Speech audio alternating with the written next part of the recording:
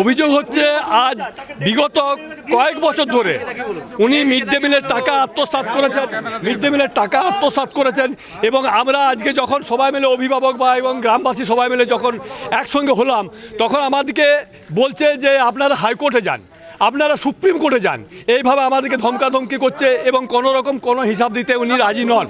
শুধু তাই নয়, ঠিক আছে, উনি বলেছেন উচ্চতর কর্তৃপক্ষকে জানাবো, আপনাদেরকে জানাবো না। মূলত আপনার মিড ডে মিলের টাকা যেটা আপনার মনে করুন আড়াই হাজার আছে, সেটা আপনি দেখাচ্ছে 6,000, 7,000, 8,000 এভাবে বাড়ি বাড়ি করে লিখে দিচ্ছে, লিখে আমরা শান্তিপূর্ণভাবে আলোচনার একটা করার চেষ্টা করেছিলাম, কিন্তু উনি সেইভাবে আপনার আলোচনার দিকে আগে আসতে চাইছে না। উনি নিজেকে বাঁচার জন্য পুলিশ প্রশাসনকে খবর দিয়ে টাকা খাইয়ে করে পুলিশ প্রশাসনকে খবর দিয়ে আজ পুলিশ প্রশাসনকে এখানে ডেকে নিজে বাঁচার চেষ্টা করছে। ঠিক আছে, ওর উপর কোনো অত্যাচার হয় না। আমরা সবাই মিলে বসে একটা সুস্থভাবে আলোচনা করে ঠান্ডা মাথায় সুস্থভাবে আলোচনা করে এই সমস্যার সমাধান করতে চেয়েছিলাম, কিন্তু উনি তার বিরুদ্ধে যাচ্ছে, উনি নিজেকে বাঁচার চেষ্টা করছে। এই স্কুলে আমাদের বাবা ঠাকুরদা এবং আমরা পড়েছি, এই স্কুলে যথেষ্ট আমাদের মান সম্মান জড়িত আছে। এখানে যারা এই স্কুলের দুর্নীতি হয়েছিল, বিশেষ করে মিড ডে মিলে, এখানে যদি 50 জন খায় তার 4 গুণের বিল তুলে আমাদের প্রধান শিক্ষক মহাশয়।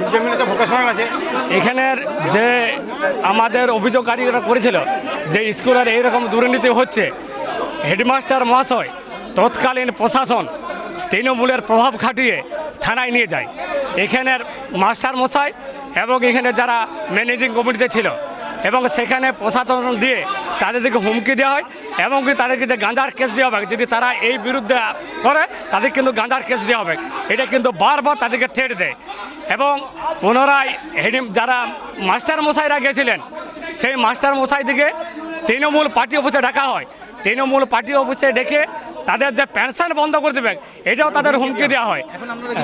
আমরা চাই এই যে দুর্নীতিমুক্ত আমাদের এই হোক এবং যে আমাদের হেডমাস্টার দুর্নীতি করেছে এটা শুধু তদন্ত বলে আমি বা এসআইয়ের নয়, সম্পূর্ণভাবে ডিএম বা ডিআইয়ের কোনো প্রতিনিধি তদন্ত হোক এবং এর আমরা প্রতিকার চাই। এর যদি সঠিক ব্যাখ্যা উত্তর দিতে পারে তবেই আমরা সন্তুষ্ট হব, নাহলে আমরা হেডমাস্টারকে আজকে এখান থেকে আমরা ছাড়বো না। যে কেউ করতে পারে এবং আমার যে ঊর্ধ্বতন কর্তৃপক্ষ আছে নিয়ম মেনে ঊর্ধ্বতন কর্তৃপক্ষের কাছে যদি কেউ অভিযোগ দায়ের করে আমি সমস্ত কিছু তথ্য আমার আছে, সেই তথ্য দিয়ে আমি সবসময় সহযোগিতা করি। সেটা সম্পূর্ণ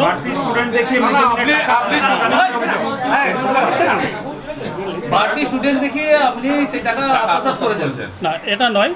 আমার যে সমস্ত স্টুডেন্ট খায় সেই সমস্ত স্টুডেন্টদেরই সরকারি নিয়ম মেনেই সমস্ত কিছু বিল পাঠানো হয়, এর বাইরে কোনো কিছু করা হয় না। আমাদের সমস্ত কিছু যা খরচ খরচা যেগুলো করা হয় আমাদের এমসির অনুমতি নিয়ে সমস্ত কিছু সরকারি নিয়ম মেনেই সমস্ত খরচ খরচা করা হয়। প্রতিবাদ করতে গেলেই আপনি কখনোই না, এটা হয় না। প্রতিবাদ লিখিতভাবে সরকারি নিয়ম অনুযায়ী যে প্রতিবাদ যদি করা হয় আমরা ঊর্ধ্বতন কর্তৃপক্ষের কাছে সেই ধরনের প্রতিবাদ আমরা পাঠিয়ে দিই। আমার কাছে এখনো পর্যন্ত প্রতিবাদ আসেনি।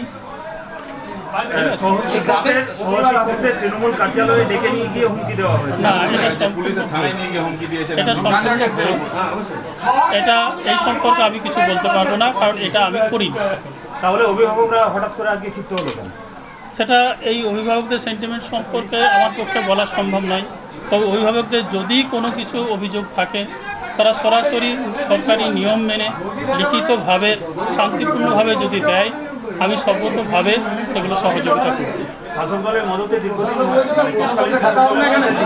আপনি চুরি করে গেছেন এমনটাই অভিযোগ না, এই ধরনের অভিযোগ কখনো হয়নি এবং এই ধরনের অভিযোগ বিষয়টা হচ্ছে এই ধরনের অভিযোগ যদি হয় আমার কাছে সমস্ত তথ্য আছে, আমরা সেই সমস্ত তথ্য আমরা সরকারি আধিকারিকদের আমরা প্রয়োজনে সাপ্লাই করব এবং সেটা সরকারিভাবে তদন্ত হবে। আমি সেই জন্য সমস্ত কিছু সহযোগিতা করতে সবসময় রাজি আছি।